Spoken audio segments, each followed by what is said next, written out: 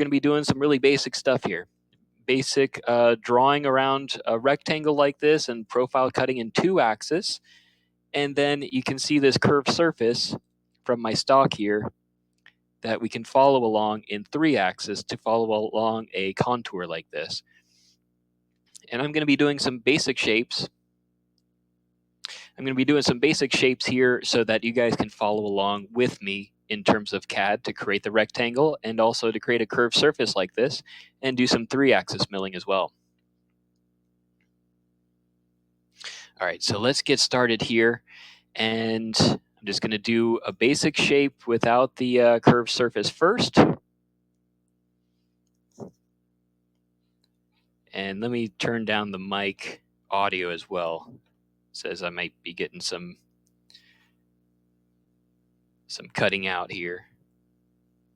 Let me know if you guys can hear me better with that setting.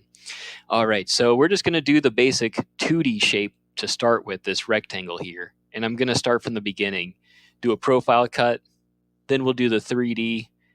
Actually, we'll do all the CAD first, do this 2D shape, do the 3D surface, and then getting into the CAM side of things in 2-axis, and then in 3-axis. So I'm just basically going into a new file in Bobcat. If you guys would like to follow along, go ahead. Awesome. And we'll start with going to the top, going to create 2D, going to rectangle. And I am creating a rectangle. I made it 4 inches by 2 inches. If you're in millimeters, sometimes it starts off that way. You can see at the bottom left corner here, you can change it from millimeter to inch. And you can also go about sketching it here.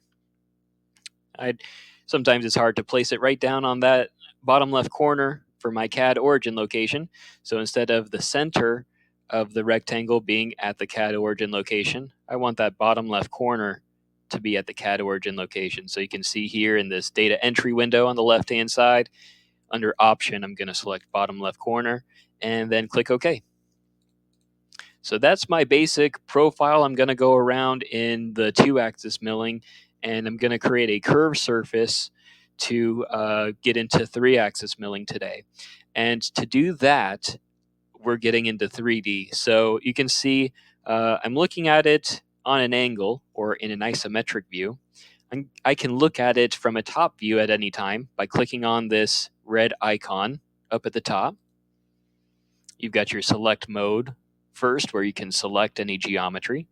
You've got your pan option to pan over with your drawing, revolve or rotate, so you can rotate around in a different view.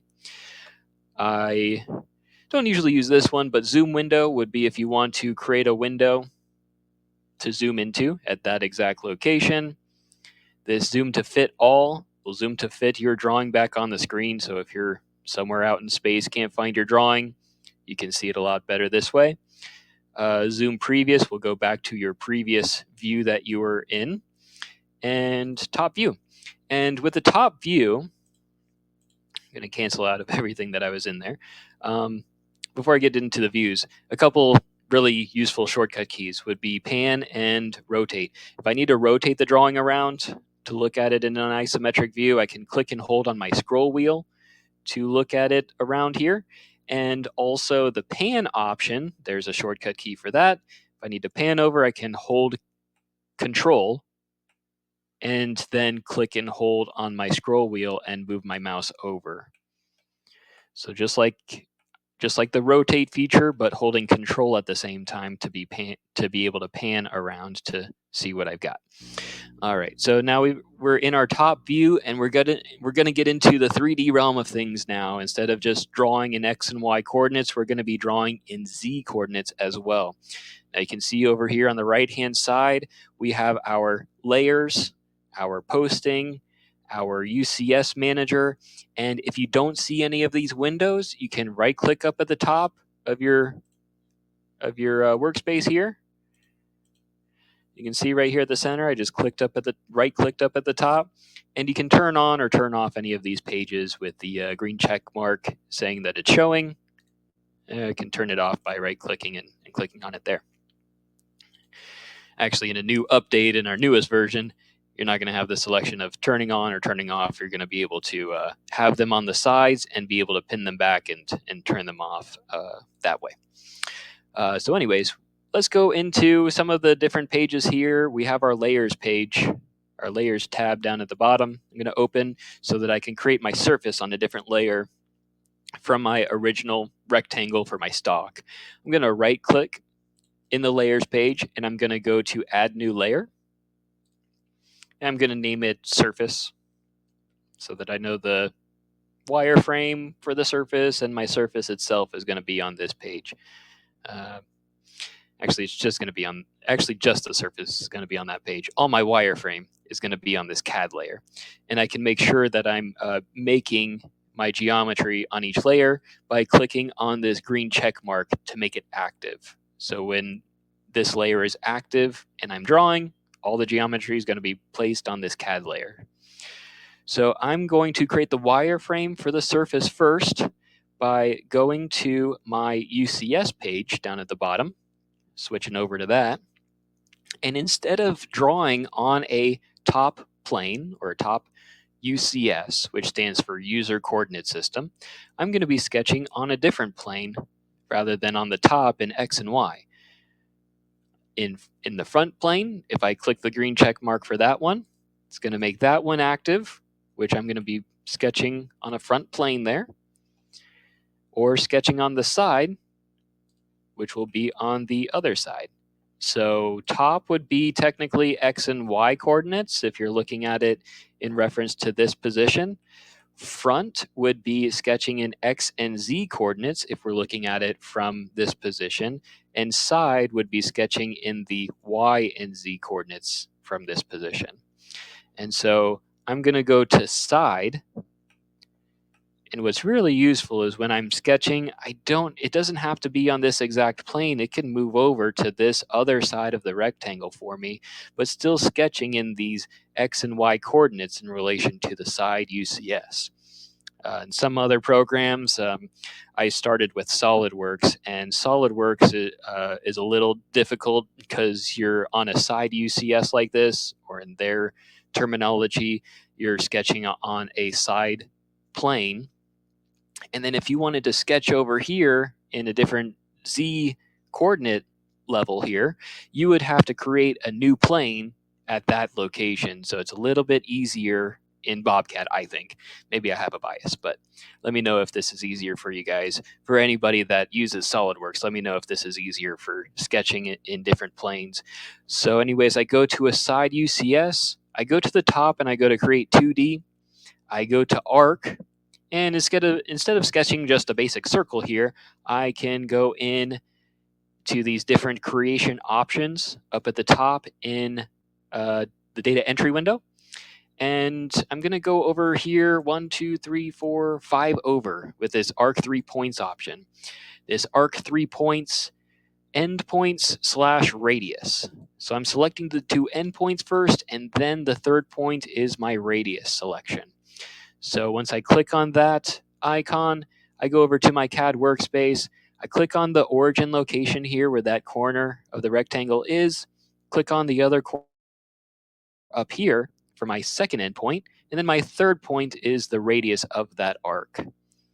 So I'm going to click up here, and it gives me a radius of 1.07. I'm going to change it to 1.5 inches. So it's a little bit flatter.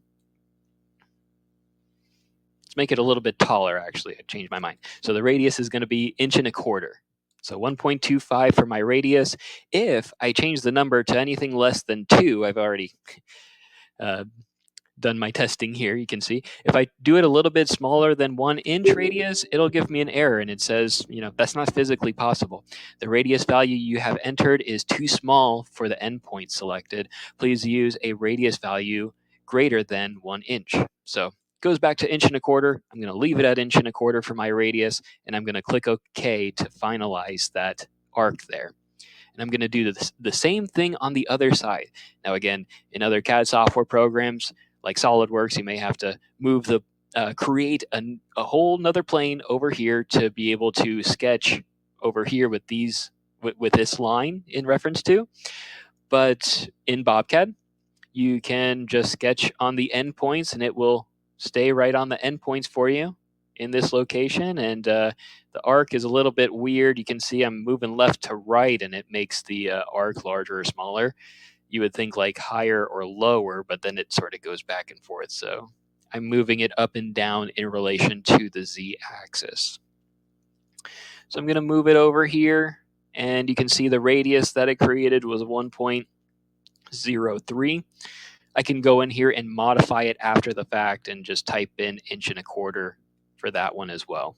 Let's leave it pretty basic. I don't have to make it too crazy, too complex of a shape here. I'm going to do both of the radius for each arcs to be 1.25.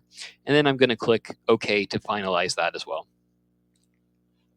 Then I could stay on this side UCS. I don't like this plane that I'm looking at in gray. It's a little hard to see my drawing with that. So I'm just going to go back to the basic top UCS for my next selection for creating the surface.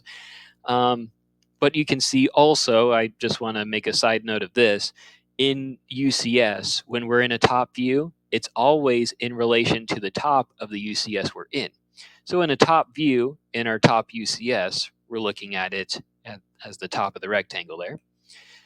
If we're in a front UCS and we hit top view, we're looking at a top view in relation to the front UCS. If I go to side UCS and I go to a top view, we're looking at the side of the part because that's our top view in relation to the side UCS.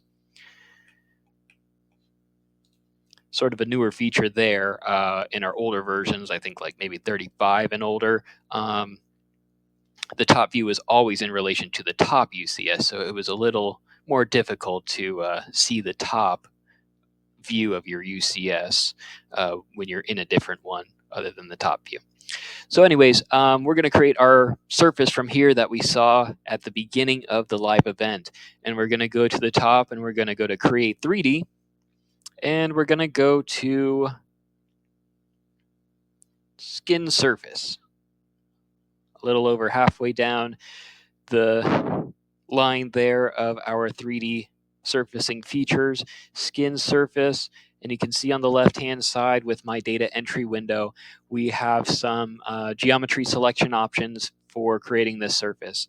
And I can select the 2 lines here first, or I can select the 2 arcs first. Doesn't really matter in this case. We've got a very basic shape. Sometimes in very complex shapes, it does matter. Sometimes one surfacing option will be better for the geometry creation, the surface creation, than the other geometry selection. But in this case, it shouldn't matter. But we'll see both. We'll go about it both ways. So on the left-hand side, we've got cross-section curves and rail curves. And we have to select 2 entities or 2 chains because there could be, maybe there's an arc here, but then there's other arcs to make a contour surface and other lines and things to make a complex shape. The cross-section curves and the rail curves, you would select all of the lines and arcs for your contoured surface here. But in this case, I've only got one of each on each side. So my cross-section curves, we're going to start with the lines first to be very basic here. The top line right here, I'm going to click to the right of the midpoint for that one. And this is the only line I'm selecting. If there was another line out here that I needed to add to this geometry, I can click on that as well. And then over on the right-hand side, you can see this picking manager. Not yet, you can't see it because I am in the way. So I'll move myself down here. So now you can see at the top right of my window of Bobcat, there's this picking manager. It may be somewhere out in space on your side. So if it is, somewhere out here, you can always click and drag the window and move it over to the side anywhere you want here. And this is a really useful tool in these surfacing functions because in Picking Manager, I can end the chain for each selection here. So now on the left-hand side, you'll see under cross-section curves, we have chain 1, I'm going to do the same thing on the bottom here. I'm going to click on the line to the right of the midpoint and then hit End Chain. If I selected it incorrectly, I can highlight one of these chains, chain 1 or chain 2 now, and I can delete it from my selection box here.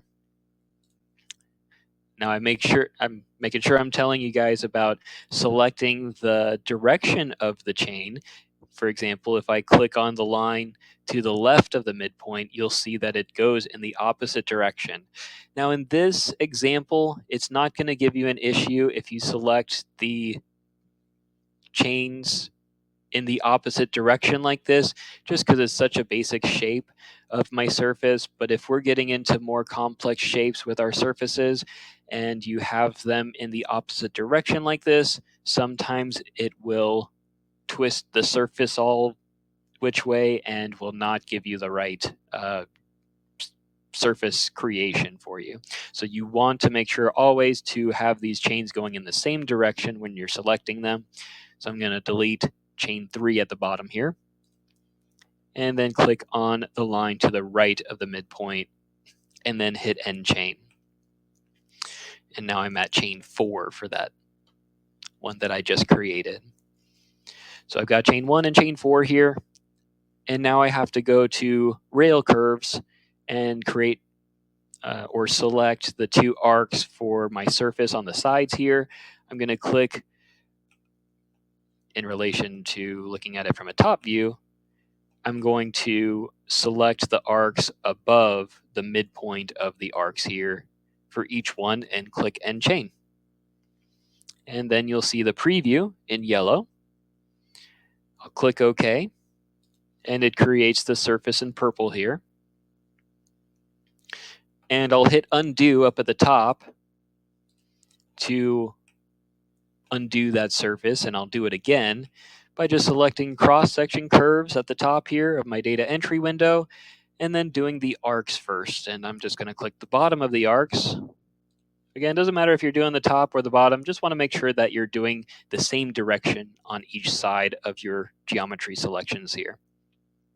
So we've got cross-section curves, and then we've got rail curves. And again, with such a basic shape, it's going to create this surface very easily, but in more complex shapes, sometimes it depends on your geometry selection for your cross-section curves and your rail curves. Sometimes doing the side ones first for cross-section curves and then doing top and bottom for your rail curves gives you a better surface. Sometimes the opposite way gives you a better surface. Sometimes it will create multiple surfaces if it can't give you that, if it can't fit a surface around your geometry. So sometimes reversing the selection up that way will give you a better surface creation. Now you can see under layers, I forgot to make the surface layer active. So when I hide the CAD layer, everything is on that CAD layer and it hides it.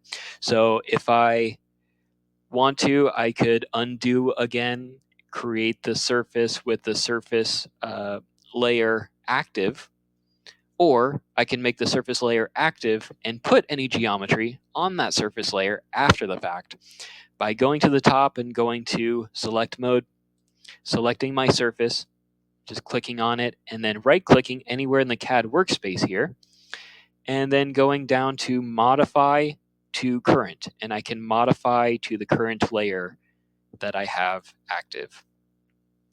Now when I hide the CAD layer, all of the wireframe is hidden and not the surface. And when I hide the surface layer, all of the wireframe is showing and the surface is hidden.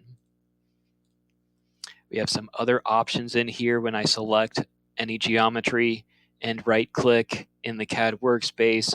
I have modify to current layer, as we just did. I also have modify to current color. So the color that is selected on that layer, it will change to that color. Modify attributes, and then I can modify to a certain color or a certain layer that I don't have active at the moment. If you got like 10 or 20 layers in here, you can select any layer that you want that isn't active at the moment. I'm trying to think of anything else before we get into the CAM section of things. Let me read your guys' comments. So if you guys have any comments, let me know of any questions you may have, and then we can get into the CAM side of things.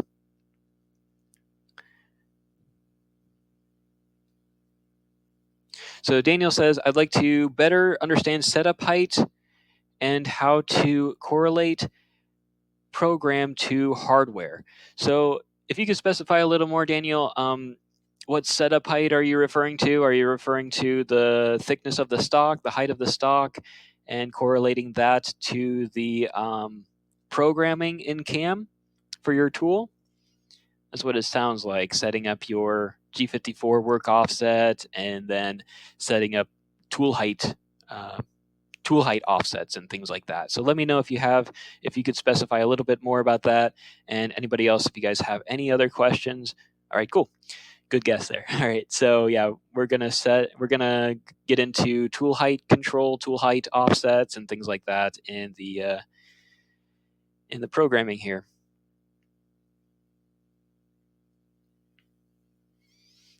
Dennis in V37, not seeing the picking manager. I believe there's a picking manager option. Just let me go to settings real quick. Somewhere in here, I think. Keyboard autosave, user interface, operations pane. Somewhere in here, I believe.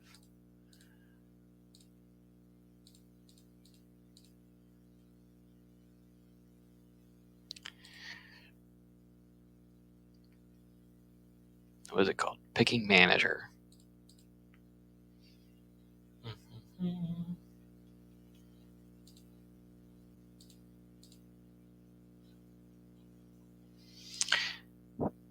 I know it's hidden somewhere in here. What you may be able to do pretty quickly is you may be able to go to File and then go to User Profile and then be able to reload your default layout. That may usually brings all of the windows back up when you're getting into the picking manager and things like that. All right, so we'll get into the CAM side of things. We're just going to do a basic profile 2-axis mill around the profile around this wireframe that we have here. And then we'll get into the 3-axis milling to be able to follow along a curved surface like this. This is a good time to save, just in case the software decides to close out on us or the computer crashes or anything. We can go to the top and hit save, and I'm going to save it in my downloads here. I'll name it Webinar 3. All right, so I'm going to go to the top, and I'm going to go to CAM, the CAM tab, and then go to a new job, the first icon here. We'll select what job type it is, which is milling, and then we'll select the milling machine here. And I'm going to be using a Haas 3-axis mill. If you guys are using any other types of milling machines in here, you can select them here. If you don't see your milling machine in here, you can go to bobcatsupport.com and be able to download a post-processor, which is the machine build here, and also the post-processor, which is the file that will format the G-code specific to your milling machine. And so we go to where I was here, Haas 3-axis mill. Go to my stock wizard. I can define a workpiece. So I could select this as my workpiece, what the surface or the solid that I'm trying to get down to. And then my next page is our stock definition page. This is where I can define my stock. So right now it creates a rectangular piece of stock around my surface that I have. If I want to make it any larger, I can type in the dimensions here, X, Y, and Z, and I'm going to make the Z dimension 2 inches so that I've got 1.5 inches below that surface extra for my stock. And then my last page is going to be my machine setup, which is my G54 work offset.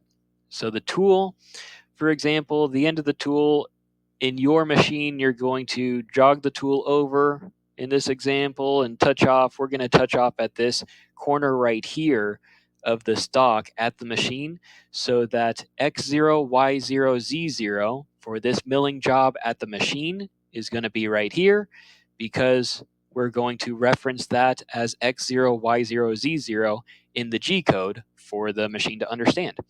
And so from the machine setup page right here, we're going to go to the origin box right here, highlight that, and we're going to click on that corner so that our G54 location, X0, Y0, and Z0 in the G code is referenced right here, so that we reference that at the machine when we go to it. Again, we jog the tool over, touch off at this corner so that X0, Y0, Z0 is right here at the machine as well. And we'll click OK. And we'll just do a basic profile down to the total depth of 2 inches around this stock. We wouldn't really see any kind of material being removed in this instance, but that's okay. We'll just do a profile finish pass around it. Let's say there's a little extra material on each side. We'll just do a profile finish pass.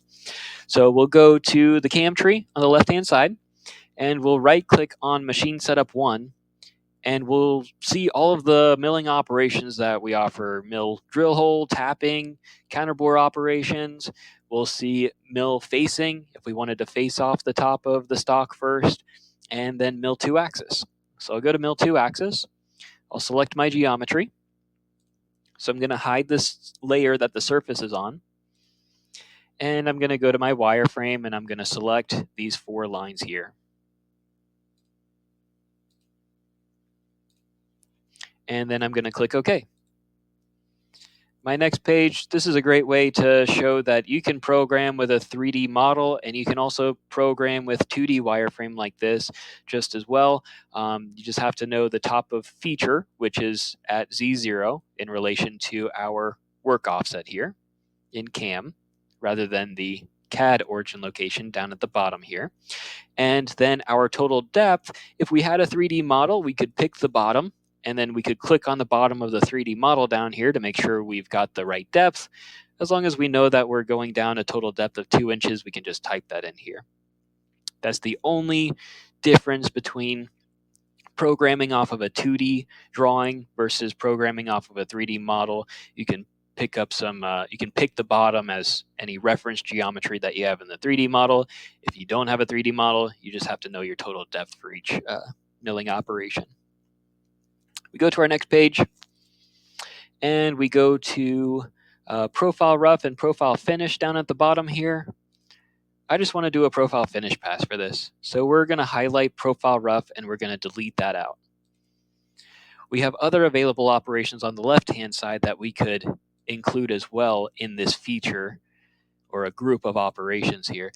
Available operations include profile roughing, a profile finish pass, pocket, facing, engraving, chamfer mill, and corner rounding milling operations. We also have plunge rough, which the end mill will plunge down to rough things out. I usually don't use this one. And we also have drag knife, which we could use for a vinyl cutting machine. So we can program for that. And if you've selected a laser, plasma, or water jet machine in the milling job, you can also do a profile finish pass to cut things out with a laser, plasma, or water jet machine.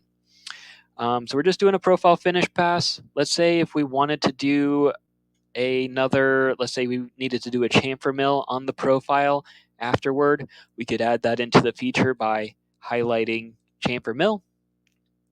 We can add it in with this arrow over to the current operations list, and I can order the order of operations by moving them up or down in the list with these arrows.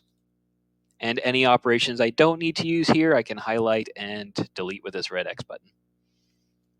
We'll go to the next page, and we have options for tabs. So if I'm cutting this rectangle out of a large sheet of material, the cutter could go around like this. It could retract at this location, go across, and then plunge back down, leaving a tab in the corner, or leaving tabs along the sides of the part here so that it doesn't fall out of the sheet if I don't have a vacuum table. We'll go to the next page. We have settings for setting different work offsets if we're setting any different work offset than G54 here. Our next page, setting up our tool. I'm just going to leave it as a 1/2 inch flat end mill.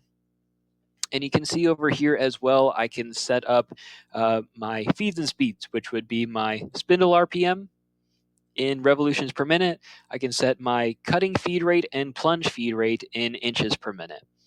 And I can set them manually here, or I can use system feeds and speeds, which would calculate everything based on the material I'm using for my stock.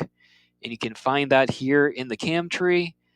Under stock, I can double click on the material library here.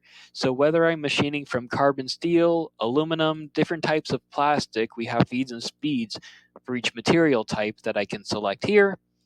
And it will, if I go back to the tool page that we're on, it will set up our cutting feed rate, plunge feed rate, and spindle RPM based on that material I've selected, also based on the tool type as well. Now, we always recommend our customers contact their tooling manufacturers to make sure that everything is cut to size here. We always recommend our customers contact their tooling manufacturers so that the spindle RPM and cutting feed rate are set correctly, so that you don't want to break any tools and things like that. So we'll go to our next page, and we've got our compensation. So whether we want to compensate on the left or the right side of the path, or if we want to turn it off. If it's an engraving, we want to cut right on center line. We're cutting a profile, so we need to offset for the tool on the left or the right side of the path. If I go back one page, actually, this is where I can set up my tool page. And to answer Daniel's question about tool length offset and things like that, we're setting up the diameter and the corner radius. Now, if I turn off the system tool, I can modify the tool here, and I can change the flute length, the overall length, protrusion length. So the flute length is what's in yellow here, the number 2 setting. That's the cutting part of the tool. Protrusion length is how far it's protruding out of the tool holder, and then overall length is overall including what's in the tool holder. Now, these numbers don't necessarily matter in relation to your tool length offsets at the machine, because this isn't going to raise up or lower the tool path, because it's all set up based on the bottom of the tool that it's following around the profile. What really matters is your tool length offset that you're setting up at the machine. So I'm going to cancel out of this. I'm going to go back to this page here. When we see our tool path here and it goes down, that is just our X, Y, and Z location in the G code. Now, the tool length offset, to make sure that it's in relation your tool tip from your machine setup, that's where you're setting your G54 work offset. You also have to, now at most machines, you have to set the tip of the tool here and then take the tool out of the tool holder, touch the tool holder down on top of a block, maybe the stock like this or a different block, so that you can get that tool length offset, the difference between those two, to let the controller know the amount that the tool is outside of the tool holder. If you have any more questions with that, please let me know. We can answer anything else that you have in regards to the tool length offset and setting up your offsets for the tool length, your offset for the diameter so that it offsets half of this so that it goes right around the profile of the stock here, and any other questions with setting your offsets for machining. Now, our next page, our compensation. So it's compensating on the left side of the path, and we'll get into these compensation options a little later after we compute the tool path.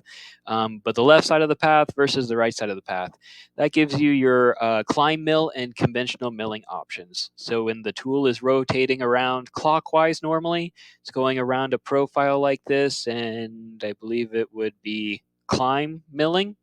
And then if you're on the left side of the path, is sort of just brushing the tooth of the tool along the side of it, and that would be your conventional milling options. Different trade-offs between the two versus roughing and finishing. Let me know if I have that right about climb milling, conventional milling. But you can Google that information a little bit later on and see what the advantages are for both options there. And we can take a look at how to change it from climb mill to conventional in the profile cut here. So I'm just going to leave it at left for now. I'm going to go to the next page, and we can leave a side allowance and a bottom allowance. This is if I had an additional pass that I'm going to be doing. If I wanted to leave 10 thou material on the side walls for an additional pass to clean up, I could leave that here. And I can set a bottom allowance if I want to leave a little bit more material on the bottom for the finished pass to clean up. If I want to do one single pass, I'm just going to do one single pass here. But if I wanted to do a roughing operation first and do multiple passes and set a depth of cut here, I can set that here. Let's say, for example, if you wanted to do a roughing and wanted to do a 1/2 inch depth of cut every time, you could type it in here, or you can do basic calculator functions in Bobcad.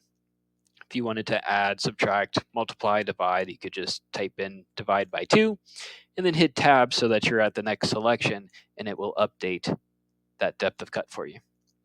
I'm just going to go back to a single step. We're just doing the full depth of one finished pass here. Next page, we have options if we want to plunge down into the material or ramp in as we're entering into the stock. And we also have a lead in and a lead out page if I wanted to start with a lead in vertical. Vertical would start right at the start point of the profile and go around. Parallel would start at a certain distance and a parallel direction into the direction of the cut. Start at a right angle or circular options for cutting tangent to the profile pass. I'm going to do parallel. We're going to start a little bit off of the stock and work our way in.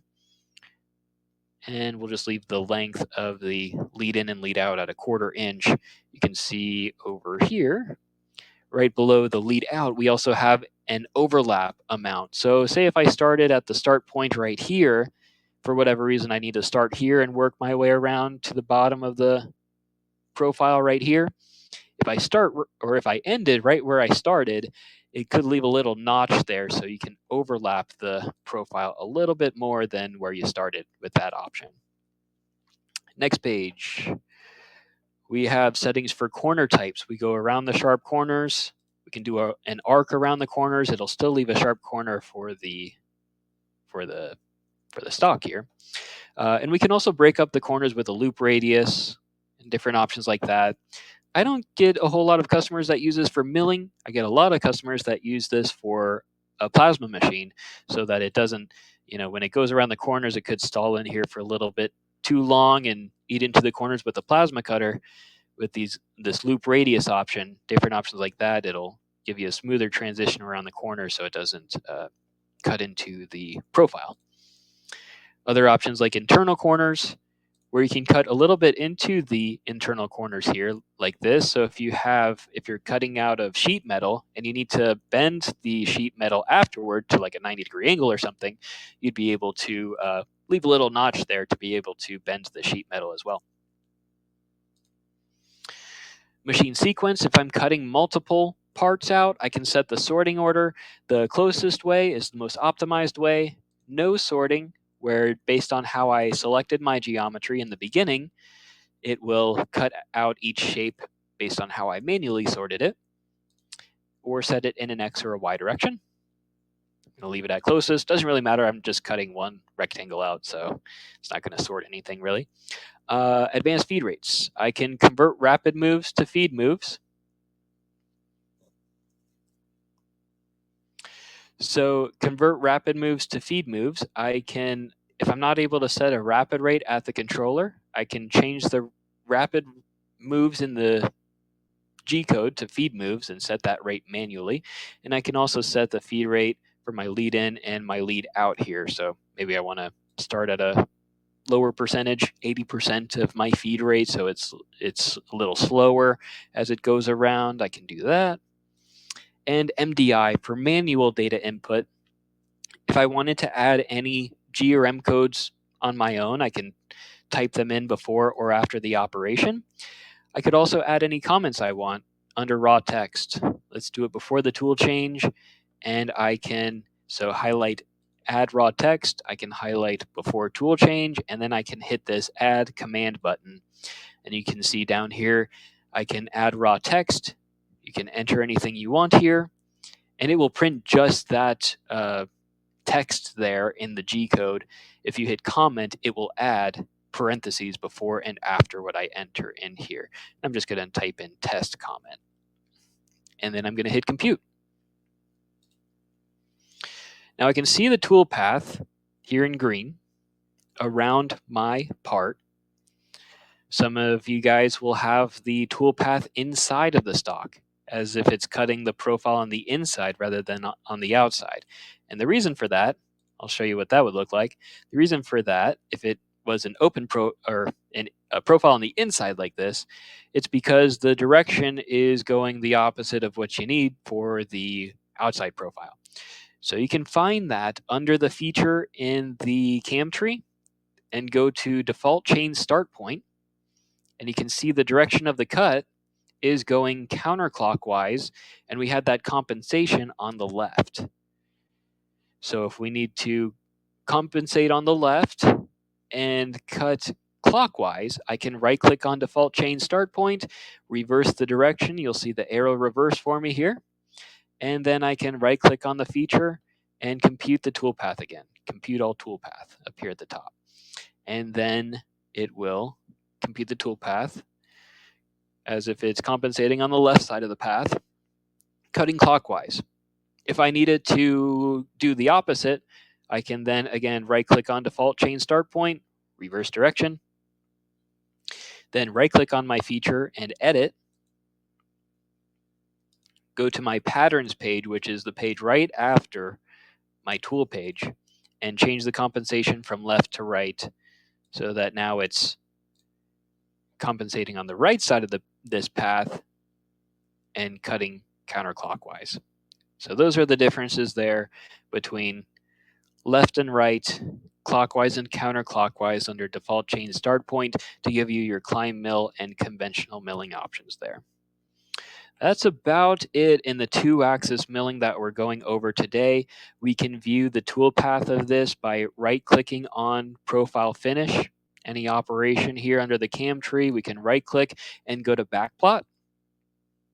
And I can see the tool. I can hit play, or I can go to next step for each step in the toolpath and see it work around the stock here. And then I can hit close when I'm done.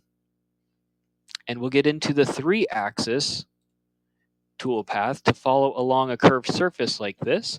If you guys have any more questions, I'll stop here for a second and read anything. If you guys have any more questions there, please let me know in the comment section.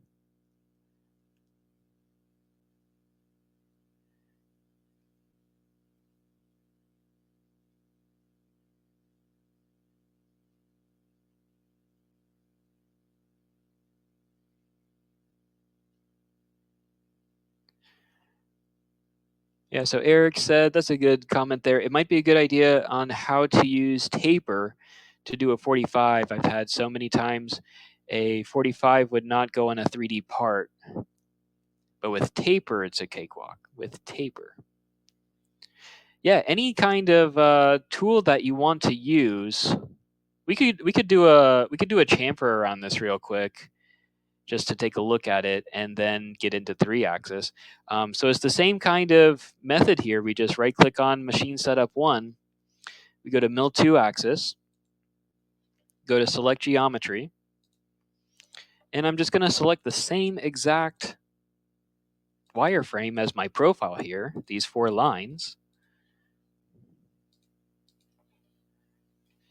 Now you don't need the 3D model. Could be good, but I think in my opinion, I think that selecting wireframe's even easier, because you're selecting either the wireframe like this, or you're selecting the 3D model. You want to make sure you're selecting the outside of the part, not the top of the chamfer. That's the easiest way to go about it. You'd want to select the bottom of the chamfer. Makes it easier. because then you're selecting your total depth, which is the chamfer here. Let's say the chamfer, the bottom of the chamfer is 50 thou. Just type in 0.05 for total depth. Under machining strategy, we select chamfer up at the top here, and it brings in a chamfer mill under current operations. If you've already, calculated tool path and things like that, you'll see these top default strategies are going to be grayed out. So if you don't have that option, you can delete anything in here and then add chamfer mill from the right-hand side as well. Then options for tabs, options for our work offset, setting up our tool. And it matters what type of tool it is, the diameter of the chamfer, so that we can go into setting up our compensation and then setting up the cutter position. So we're compensating a certain amount there for the cutter, the small diameter. So if it is a flat bottom tool here, you can see the small diameter for this tool is 1/8 of an inch. And the chamfer angle here as well, if it's 45, usually 45. If it's a sharp tool, you can select it here if there's no flat on the bottom of the tool. You can then set up the depth. And that's what I usually set up, unless you know the length of it or the width of the chamfer, you can type it in here. But I normally just type in depth right here. Or you can pick bottom, and again, pick the bottom of the 3D model. And then if you want to do multiple passes, you can change it from single depth to multiple depths. Just like in the profile pass, you can change the depth of cut. And you can also set up a step over as well in our newer versions. And then after that, it's the same workflow as in profile. You got lead in and lead out. You've got corner types, machine sequence, advanced feed rates, and MDI from there. You hit compute, and then you'll be able to see the chamfer mill just run across along to create a 50 thou chamfer there, 50 thou depth for your chamfer. All right. Yeah, if you guys have any questions with chamfer milling or anything else in 2-axis mill, let me know. We can go over anything else in 2-axis mill at the end of the webinar here. But I'm just going to delete the chamfer mill here. We'll keep the profile cut, and we'll get into the 3-axis milling. Now we'll right-click on Machine Setup 1, and we'll take a look at the difference between 2-axis mill and 3-axis mill. A lot of customers that I run into, they will say, well, isn't everything in 3-axis technically? Yes, but if we go into mill 2-axis for a second, again, I'll show you the difference with mill 2-axis is considered 2.5-axis machining because the tool is never going to be moving in X, Y, and Z simultaneously, all 3 axes at the same time. So like in the profile cut that we're looking at here that we created, it's going to go down in Z. It's going to move around in X. It's going to go down in Z, and then it's going to move around in X and Y, and then it's going to come back up in Z. It's never going to be moving X, Y, and Z simultaneously. That's considered 3-axis mill. And this one is considered 2-axis mill, or some people will call it 2.5-axis milling, machining. Then we get into our 3-axis simultaneous machining, where I right-click on Machine Setup 1, go to Mill 3-axis, and then I can select my geometry and select my boundary. So I go to Select Geometry. I'm going to select the surface.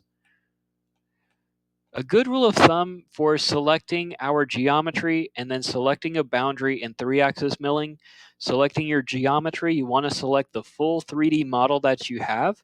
That way, if there was anything on top of this, any kind of boss or anything that could cause a collision, you can select it as your geometry here and make sure that the tool avoids that location there. Next, we select our boundary. Now, normally, let's select a boundary. So my boundary is just going to be that wireframe around the rectangle.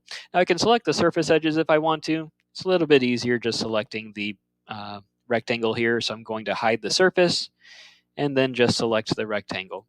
You can select the rectangle like this, or you can select the 2 lines like this, and then you can also select the 2 arcs here as your boundary. It doesn't really matter just because the boundary is seen in a two-dimensional view from a top view like this. So we've got the rectangle that we've selected for our boundary. So that can be really helpful. If you're creating a boundary, you just need to cut at the location of this corner. You can create some geometry in 2D, select it, and then it will just create toolpath inside of the area that you contained with a 2D boundary. And then we click OK. Go to our next page. Top of feature, we're starting at Z0, working our way down from there. If we had already roughed out some material, we could start exactly where we're starting at with this option. Next page. Now in 3-axis, inside of this Mill 3-axis wizard, we have the 3-axis standard included in here, as well as the 3-axis pro included in here. The first 6 operations are Mill 3-axis standard, which is Z-level rough, Z-level finish, planar, spiral, radial, and plunge rough. Now, to be honest, I usually don't use these 3-axis standard operations. I always recommend the 3-axis pro operations because you get the same kind of functionality like Z-level rough. You have advanced rough. Just like in Z-level finish, you have in pro the advanced Z-level finish. In standard, you have planar. In the pro, you have advanced planar. And you have some other spiral toolpaths in here as well. So you have all of the same functionality in 3-axis standard, but in these 3-axis pro operations, you will have a lot more options to be able to optimize your toolpath. So you have your advanced rough to start out with. You have flatlands, which would detect all of the flat areas and mill those out with a flat end mill.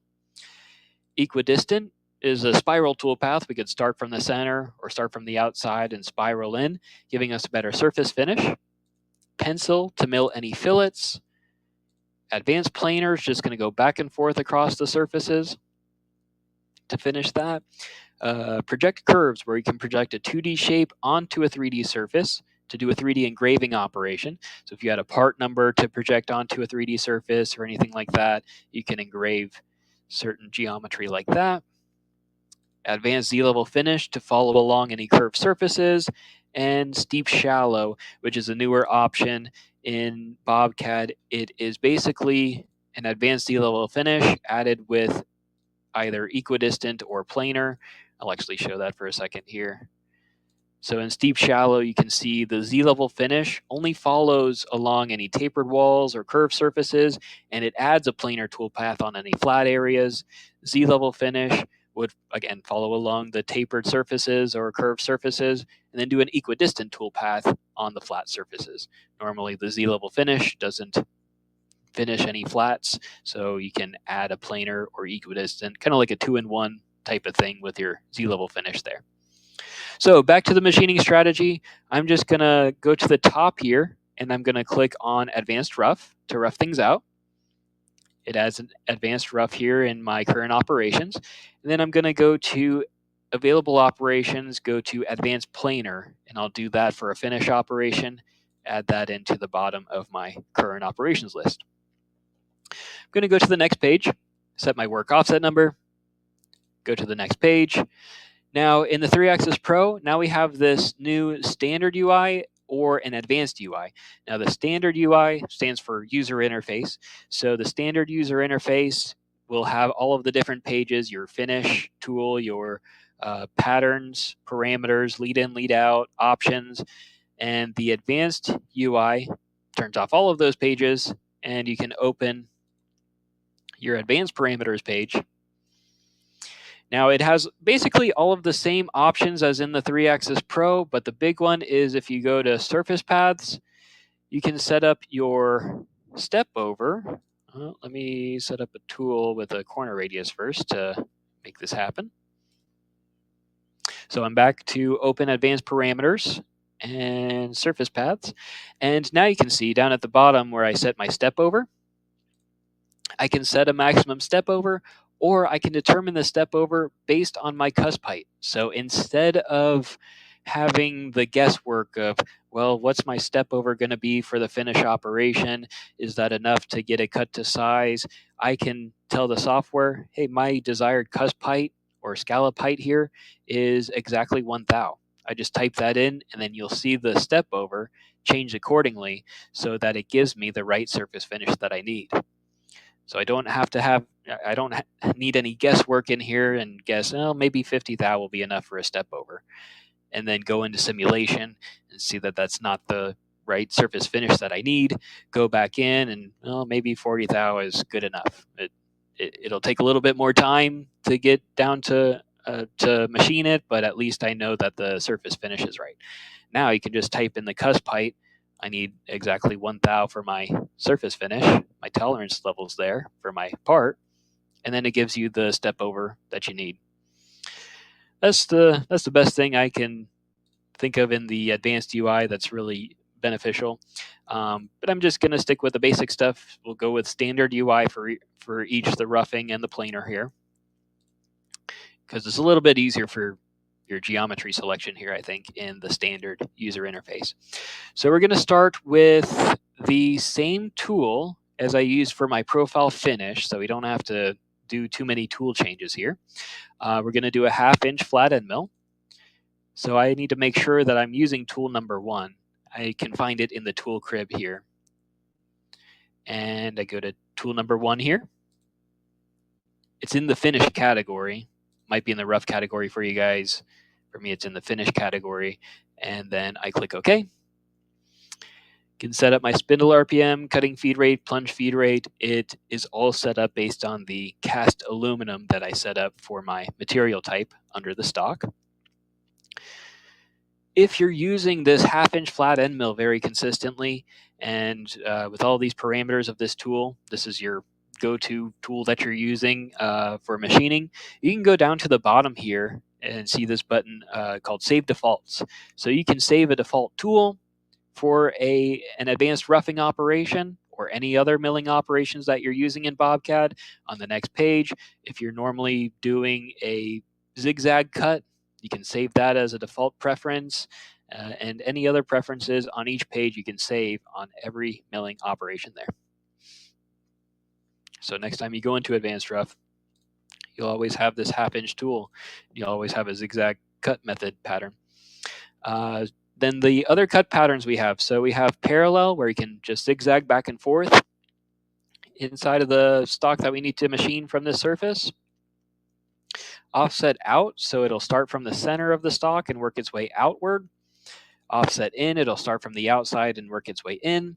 And then we have some high-speed machining options with morph spiral and adaptive roughing, where the tool will sort of spiral around inside of the stock. This is our high-speed machining option. If you're familiar with Mastercam, it's called dynamic machining.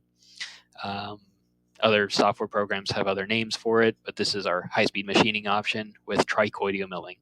Not to get too bogged down in the information here, we're just going to do one of the offset cuts here. Let's do offset in, because we're going to start from the outside of the stock and work our way into the top of the part here.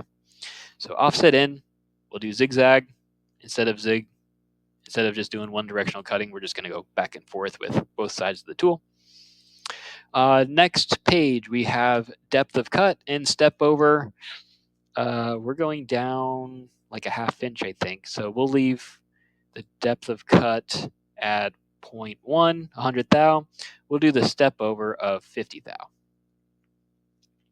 Allowance, we can leave 15 thou on the top of the part for the finish pass to clean up. Next page, we can plunge, ramp, spiral into the material, zigzag back and forth, ramping in, or we can also start from the outside of the stock and work our way in with the side of the tool. And we can do that by just unchecking this box, center cutting tool. The software will decide where on the outside of the stock to start and work its way in with the side of the tool there, instead of plunging down in. Starting from the side, using the side of the end mill is going to be much better. That way you'll have much longer life of the tool there. Next page. Now, these are some options in the 3-axis Pro that are not in the 3-axis standard to optimize your toolpath. For example, rest roughing. If you had a previous roughing operation, let's say you rough this out with a 7/8 tool, and then you want to come back with a 1/2-inch tool and machine a little bit more before you get to your finish pass, you can tell the software that you used a 7/8 tool right here. The software will calculate any areas the previous tool couldn't fit into and calculate just that tool path. So essentially, it's going to start right where we left off from the previous operation. That way, it'll avoid any air cutting, not waste too much time for you. Next, we've got machine flatlands. If there were any flats down at the bottom of the part, it will come back with an additional pass to mill those out. Linking for each step over. Gouge check, so we can make sure the tool and the tool holder doesn't gouge into our workpiece. We could also load in our fixture as an assembly in the part file here and make sure the tool avoids that as well. Next page, we have our advanced feed rates. So again, we went over converting rapid moves to feed moves, linking our link feed rate, where it's linking between groups of geometry. We can change the feed rate for that to speed up that process from one piece of geometry to the next. And then we also have adaptive feed rates, where I can set a minimum feed rate here. And when I go to the tool page, we're at 66 inches per minute. If I go down to the advanced feed rates, and let's say I set it to 10%, it will set a feed rate anywhere between 10% of the feed rate, so 6 inches per minute, up to 66 inches per minute. And anywhere between those levels, where it gets into in between groups of geometry, into larger geometry. So with the minimum feed rate, it'll go anywhere between 6 inches per minute and 66 inches per minute. When it gets into larger amounts of material, like into these corners, for example, the software can calculate how slow the tool needs to move to keep a constant chip load. So it'll run a little bit slower so you don't get as much chattering in the corners with this option. So really nice option to have there. Then our last page is MDI. That stands for Manual Data Input. So if you wanted, again, to add any various GRM codes, we did the comment here under raw text, and we'll take a look at that in the G code from our profile finish that we did. Next, we go to a finish tool. I'm not going to be doing a 1/2-inch flat end mill. I don't really have anything in my library, so I'm just going to set it up right here. I'm going to do an 1/8 inch, and it's going to be a ball end mill, so I'm just going to type in 0.0625. And then we've got our spindle RPM, cutting feed rate, plunge feed rate. It's tool number 2. And we go to our next page. It's a zigzag cut pattern rather than zig going one direction. These up and down options, I don't normally use them. I guess maybe it could be pretty useful with this example. But up would be like if we're starting from the top peak of the surface there and up would be starting from the bottom of the surface and working our way to the top peak on both sides. Down would be starting from the top peak of the surface that I created, that curved surface, and working our way down. And then it comes back up and then starts from the top and works its way down on the opposite side of it each time. I don't necessarily like it because you're starting from the middle there and you might leave a little bit left over on the top. I normally just do zigzag, so you zigzag back and forth, start from the end of the part over to the other end, so that you're not leaving anything on top there. Let me know if you guys use the up or down cut patterns. I don't run into a lot of customers that use them, but if you guys have a good use for them, please let me know. I'd be really interested. Now we have this optimal machining angle.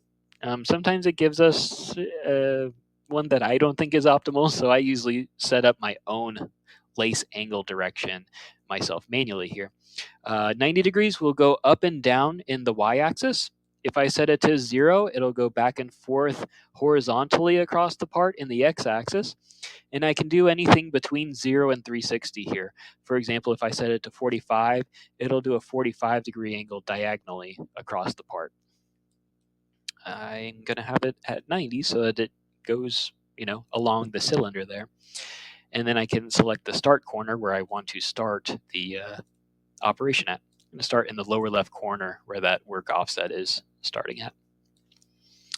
And then the next page, we have a standard step over. Here's another option that is in the 3-axis Pro in the advanced planer versus the regular planer in 3-axis standard.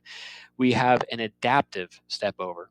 So instead of just setting a normal step over all the way across the part, we can set a minimum step over under the adaptive step over option here. So in this example, you can see there's a flat area and then there's a cylindrical shape. If it needs to just do 100 thou across on the flats here, it'll do that. And then I can set a minimum step over and it will get down to 10 thou that I set here along the corners here in this example, so that it'll do a smaller step over in the corners to clear out as much material as possible here, and then just keep the 100 thou across here that it needs to do. So that way you don't have to do two planar operations, one with 100 thou all the way across, and then one with a 10 thou step over across again, so that you get into these corners. It's going to do it all with this variable step over here in the adaptive step over. You also have a perpendicular option if you want to go perpendicular across a cylindrical shape like this. I usually set it to adaptive and set a minimum step over. You also have a step down, so if you want to do multiple passes down, you can set a depth step, a number of passes. We're leaving 0 allowance because this is our finish pass. We want to cut it to size. Lead in and lead out, just like on the profile pass, if you want to start off of the stock, off of the part. Then we have options. Rest machining option, just like in the rest roughing, we have rest finishing. It would pick up the tool that we used for our roughing operation, start from there and just do the tool path that it wasn't finished up on.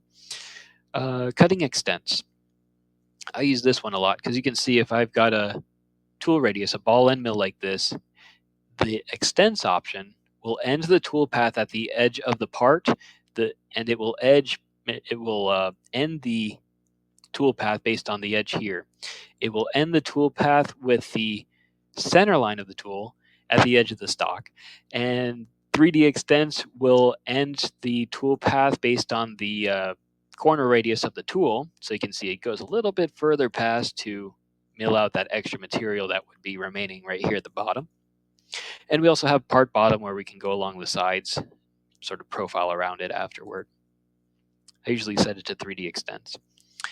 Next, we have linking for each step over, our gauge check page, advanced feed rates, and MDI, just like before in the roughing. And I'll hit compute to compute the toolpath. Sometimes I'll hit finish, and I'll show you the difference between that. Let's hit compute first, so that we're computing the roughing and the finish pass. It looks like, if you guys have followed along, you'll see that it just did a finish operation here, nothing for the roughing. And I think that's because the step over and depth of cut isn't large enough to do anything here, I believe. Or no, it's because of a boundary. So let's go back to the leads page for roughing, and I'm just going to plunge down in rather than the center cutting tool right here. There we go.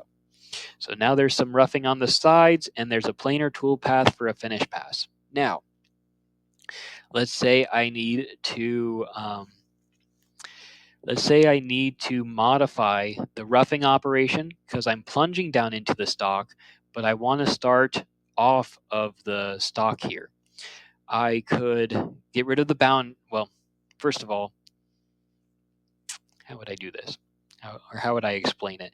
Easy way to explain it would be we're plunging down in at this location here because the software understands that we can plunge down into this area here. I want to start from the outside of the stock, so I go back to my leads page and I turn off center cutting tool because I want to start from the outside of the stock, work my way in. It doesn't compute anything. And the reason for that is because we have a boundary containing the toolpath inside of this area. Since the boundary is not outside of my stock here, the software thinks, hey, there's nowhere outside of the stock inside of the boundary to be able to start off of the stock. So I could either create a boundary, offset it, make it larger, or I could just simply turn off the boundary here, remove it from my feature, and then recompute the toolpath. Now you can see it's starting from outside of the stock, working my way in with the side of the tool for every pass here. Another setting here with the finish versus compute. If I right click on the feature, edit anything in here, let's say I need to set a smaller depth of cut. Let's do a depth of cut of 80 thousandths, a step over of 50 thousandths for my roughing. I want to do a couple more passes in here. So instead of hitting compute, compute is going to compute both the roughing and the planar toolpath all over again. I didn't change anything in the planar toolpath, so I don't need to recompute that one and waste my time. I can hit finish. It's going to save all of the changes, but it's not going to compute any changes that I made in there. So I can go back into the feature and I can right click on an individual feature like the roughing and hit compute here, so that I'm only computing my roughing individually and not recomputing my planar toolpath. Doesn't shave off a whole lot of computing time with this example, but in a lot of 3-axis milling that you get into, that can take a lot more computing time with different shapes and different step overs, much more toolpath in this. You would be able to save a lot of time by computing each operation individually from the CAM tree if you don't have to recompute all operations again within the feature here. So from here, I'm going to save our progress, and then I'm going to simulate everything. It will have the profile finish pass around the rectangle, around the piece of stock, and then it's going to have the roughing up top here, and then it's going to have the planar across the curved surface. So I'm going to hit Start Simulation up at the top.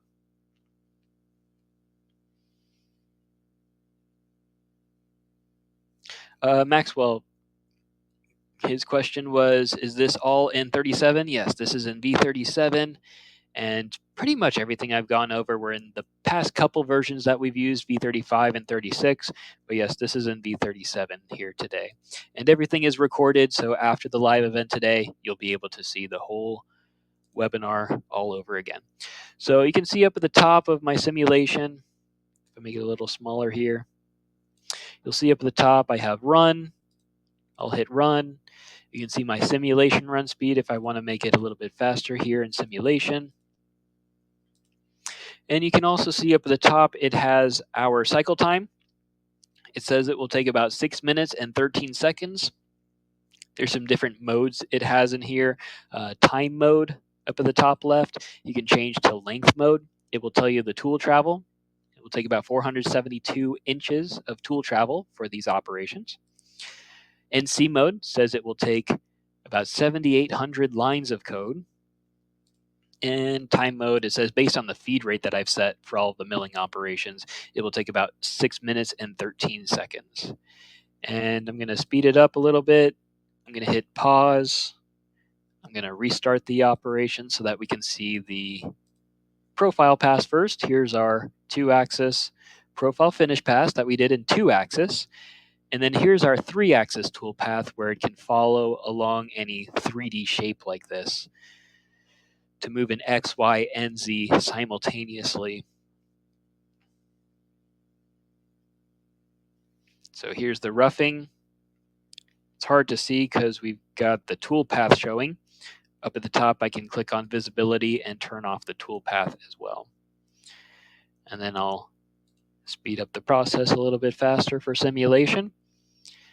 Now we can see the tool It's probably good. It's an 1/8" ball end mill for the planar toolpath to finish it, but the step over is at 100 thousandths, so doesn't look that great. And we can also make sure everything's cut to size by gonna move gonna move myself up again here so that we can see the bottom right corner of my screen. So you can see down at the bottom right here, we've got these different tabs. If I tab one over to analysis, and then under the drop down under analysis, we have this deviation report. This is my go-to for simulation, where I can load different colors on the stock. So I select a deviation and then I hit the refresh button right next to it. And it loaded different colors on the stock here, depending on how much material is remaining to get down to my workpiece. So if I zoom in here, I can see the green color here is cut to size with a cut tolerance of plus or minus 8 thousandths of an inch. If I zoom in and see the peaks of the top surface here, this teal color is anywhere between 8 and 26 thou remaining. Now it's saying there's more material remaining here because I haven't defined the rest of my part, just the top surface here. But in the dark blue, it's saying there's 64 thou or more remaining to be removed. So this is a great, the deviation report is a great tool to verify that everything is cut to size. So I'm going to close out of simulation. I'm going to change the step over for the planar. So I'm going to right click on the feature, I'm going to edit, and then I'm going to go to the planar toolpath and change the step over here to 20 thou and hit compute. It's a much better toolpath there, it looks like. And then I can go to simulation.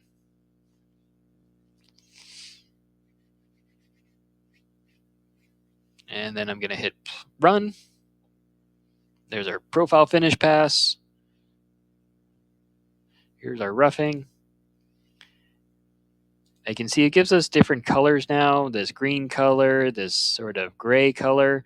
That's because, if I turn off toolpath again, that's because it's showing different colors based on the different options under analysis. Normally, I think it sets it to tool number. So based on the tool number that you used, you can set up different colors here. If you want to double click on the colors, change the colors so you can see what tool number is machining what on the part. Different operation number, you can change the colors that way. And then your deviation page, and you can hit refresh and you can see that everything is in green on the top surface there, that everything's cut to size to give us a good surface finish. At least a cut tolerance of plus or minus 8 thou here. So again, a great verification tool to make sure everything's cut to size before we run it on the machine there. And then we can close out a simulation. Up at the top where it has simulation here, to the right of it, we can click post. It will generate the G-code down here at the bottom left corner of my screen. And you can right click anywhere in this window and go to save as. And you can save it as an NC file. Put it onto your flash drive and save it to your controller. I'll save it onto your flash drive and load it to your controller from the flash drive from there. And so those are the two files that you save in Bobcad to be able to reference them later. You have your Bobcad file, which is file extension .bbcd. I have it saved as webinar3.bbcd.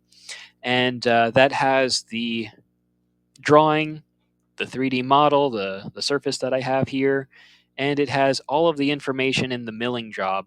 So if I needed to set a smaller step over or anything like that, I can go back to the Bobcad file here. I can change my step over in the planar toolpath to 10 thousandths and hit compute. I can see that it's even smaller step over now. And then I can hit post.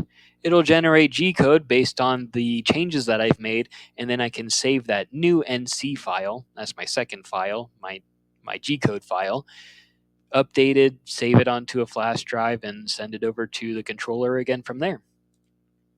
So those are the two file types, the BBCD file, Bobcat file, and the NC file for your G-code.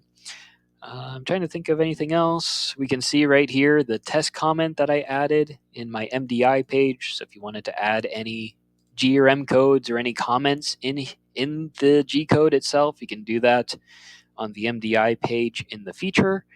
And I think that's about it. We went through 2-axis profile cutting. We did a profile finish around the stock first, and then we did some 3-axis cutting by roughing out the areas to get down to the surface, and then doing a planar toolpath across it to finish it up. If we wanted to change the order of operations, we could simply drag and drop the feature. Let's say I want to do the advanced rough and planar first, and then I want to go back to my tool number 1 and do my profile finish pass. I can drag and drop the feature above feature 2-axis here. And now it'll do, in simulation, you'll see it'll do the roughing first, and then the planar toolpath, and then the profile at the end. If I wanted to change the order of operations, other than this here in the CAM tree, I can go down to the bottom, go to this operations page. I can select a certain operation and move it up or down in the order of operations with these arrows. If you've got a whole lot of operations in here, you can sort them by this optimization type, this first button here at the top. And you can sort by feature. So what that will do is it will sort it based on the features that you have created in here. So it'll do the advanced rough, the planar, and then the profile finish pass. You can sort by tool. So it will sort it based on, well, the operations here. So it's got tool. Oh, here we go, by tool. So sorting by tool, we'll do the advanced rough with tool number 1. Then it will do the profile finish, still with tool number 1. And then it will do the advanced planar with tool number 2 so that it limits tool changes. That's what the by tool will be, or by tool per setup. So if you have multiple machine setups, if you've got G54 and then G55 cutting out a second piece of stock, maybe the same piece, same kind of stock, you want to cut out two parts at the same time, you can touch off this one here with G54. You can touch off the second piece of stock with G55. And then with by tool per setup, you'll do all of the milling operations for G54, and then you'll do all of the milling operations for G55 so that you can take off the finished part at G54 and then run the second one and sort of go back and forth from there. All right, that's about it that I'm going over today. We did the mill 2-axis with just a profile finish pass around the rectangle. We did the mill 3-axis with an advanced rough and an advanced planar around or across the surface here. We can see the tool path and we can blank it out with this eyeball icon to the left of the milling job. I can show or hide any tool path by just clicking on that eyeball icon again to show or hide.